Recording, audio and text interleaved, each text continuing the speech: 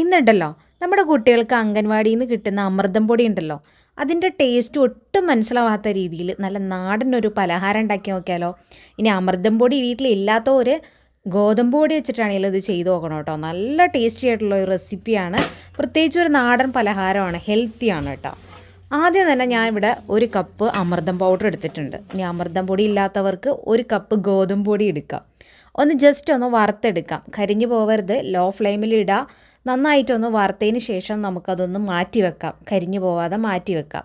അപ്പം ഞാൻ അതൊരു ബൗളിലോട്ട് വറുത്തിട്ട് ഇട്ട് കൊടുക്കുകയാണ്.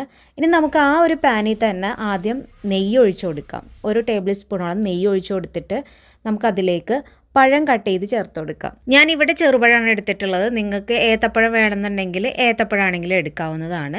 ഞാൻ നന്നായിട്ട് പഴുത്ത് പോയ ചെറുപഴമൊക്കെ പിള്ളേർ കഴിക്കാൻ ഭയങ്കര ബുദ്ധിമുട്ടാണ്. അപ്പോൾ നന്നായിട്ട് പഴുത്ത പഴം ഇരിക്കുന്നതുകൊണ്ട് തന്നെ ഞാൻ ആ ചെറുപഴമാണ് കേട്ടോ ചേർത്ത് കൊടുത്തേക്കണം. ഞാനിപ്പോൾ ഒരു 5-6 ചേർത്തിട്ടുണ്ട്. ഇനി അത് ചീത്തയായി പോകണ്ടല്ലോ എന്ന് വിചാരിച്ചിട്ടാണ്. നിങ്ങൾക്ക് വേണമെങ്കിൽ 3 4 അത് നിങ്ങളുടെ കയ്യിലുള്ള അനുസരിച്ചിട്ട് കുറവ് ചേർത്ത് കൊടുത്തേച്ചാലും മതി കേട്ടോ. അപ്പോൾ ഞാൻ ആദ്യം തന്നെ നെയ്യിൽ ആ ഒരു പഴമൊക്കെ നന്നായിട്ട് വഴറ്റിയെടുത്തു. അതിനുശേഷം ഞാൻ അതിലേക്ക് 1/2 കപ്പ് തേങ്ങ ചിരകിയത് ചേർത്ത് കൊടുത്തു.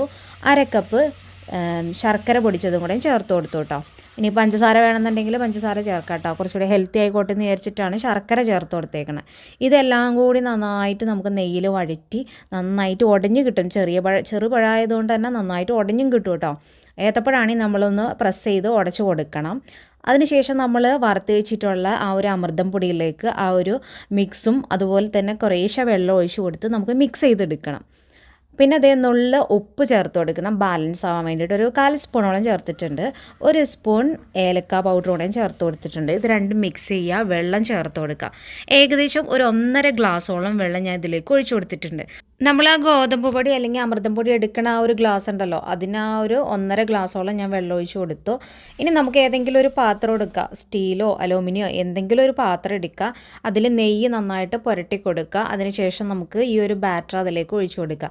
ഈ 1.5 ഗ്ലാസ് ഒഴിച്ചാലും നമ്മുടെ ബാറ്റർ തിക്കായിട്ട് തന്നെയാണ് കേട്ടോ ഇരിക്കുന്നത്. കാരണം അമൃതം പൊടി ആയതുകൊണ്ട് തന്നെ ഇങ്ങനെ വെള്ളം കുടിച്ചുകൊണ്ടിരിക്കും. അപ്പോൾ ലൂസിനായിട്ടല്ല ഇതിരിക്കണേ കേട്ടോ. ഇനി നമുക്കിതേ ഒന്ന് ലെവൽ ചെയ്ത് കൊടുക്കുക. ഞാൻ അതേ മുകൾ ഭാഗമൊക്കെ ഒന്ന് ലെവൽ ചെയ്ത് കൊടുത്തിട്ടുണ്ട്. ഇനി നിങ്ങൾക്ക് വേണമെങ്കിൽ ഡെക്കറേഷൻ ചെയ്യാനായിട്ട് കുറച്ച് നട്ട്സൊക്കെ വേണമെങ്കിൽ അടിയിൽ വിതറി കൊടുക്കുക കേട്ടോ. ഞാൻ ഓൾറെഡി നമ്മുടെ അമൃതം പൗഡർ നട്ട്സൊക്കെ വെച്ചിട്ടുള്ളതായതുകൊണ്ട് തന്നെ വേറെ എക്സ്ട്രാ ചേർക്കണില്ല കേട്ടോ. ഇനി അടുത്തത് നമുക്കിത് ആവി ഏറ്റിയെടുക്കണം. ഞാനിവിടെ ഇഡ്ഡലി ചെമ്പിലാണ് കേട്ടോ ആവി ഏറ്റിയെടുക്കുന്നത്. അപ്പോൾ അത് ആദ്യം നമ്മൾ വെള്ളം വെച്ചിട്ടുണ്ട്, അതിൻ്റെ മുകളിലായിട്ട് വെച്ച് മൂടി വെച്ച് നമുക്കിത് ആവി ഏറ്റിയെടുക്കാം. 15 മുതൽ 20 മിനിറ്റ് വരെ നമുക്കിത് കുക്ക് ചെയ്തെടുക്കാം കേട്ടോ. ഞാനിപ്പോൾ ഏകദേശം ഒരു 18 മിനിറ്റോളം ഇത് കുക്ക് ചെയ്തെടുത്തിട്ടുണ്ട്. നന്നായിട്ട് തണുത്തതിന് ശേഷമാണ് ഇത് ഞാൻ അൺമോൾഡ് ചെയ്തെടുക്കണത് കേട്ടോ. എന്നിട്ട് ഞാൻ സൈഡൊന്ന് കത്തി ഉപയോഗിച്ചിട്ട് ഒന്ന് ഇളക്കി കൊടുത്തിട്ട് ഞാൻ നന്നായിട്ട് തട്ടി കൊടുത്തപ്പോൾ നമ്മുടെ പാത്രത്തിൽ നിന്ന് വിട്ടു പോന്നിട്ടുണ്ടായിരുന്നു. അപ്പോൾ ഞാൻ പ്രതീക്ഷിച്ചതിലും വളരെ ടേസ്റ്റി ആയിട്ടുള്ള റെസിപ്പിയാണ്. നിങ്ങൾ എന്തായാലും ട്രൈ ചെയ്ത് നോക്കണം. അമൃതം പൊടി ഇല്ലെങ്കിൽ ഗോതമ്പ് പൊടി വെച്ചിട്ടാണെങ്കിലും ട്രൈ ചെയ്ത് നോക്കണം കേട്ടോ. വളരെ ടേസ്റ്റിയാണ്, ഹെൽത്തിയാണ്. അപ്പോൾ ഇതുപോലുള്ള നാടൻ റെസിപ്പിയിലേക്കായിട്ട് ഞാൻ വീണ്ടും വരുന്നതാണ്. എൻ്റെ ചാനൽ ഇഷ്ടപ്പെടുന്നുണ്ടെങ്കിൽ സബ്സ്ക്രൈബ് ചെയ്യുക, സപ്പോർട്ട് ചെയ്യുക. വീഡിയോ ഇഷ്ടപ്പെടുന്നുണ്ടെങ്കിൽ ലൈക്ക് ചെയ്യുക, അഭിപ്രായങ്ങൾ അറിയിക്കുക കേട്ടോ. അപ്പോൾ നമുക്ക് അടുത്ത വീഡിയോയിൽ കാണാം. അതുവരെ ഓക്കെ, ബൈ, താങ്ക് യു.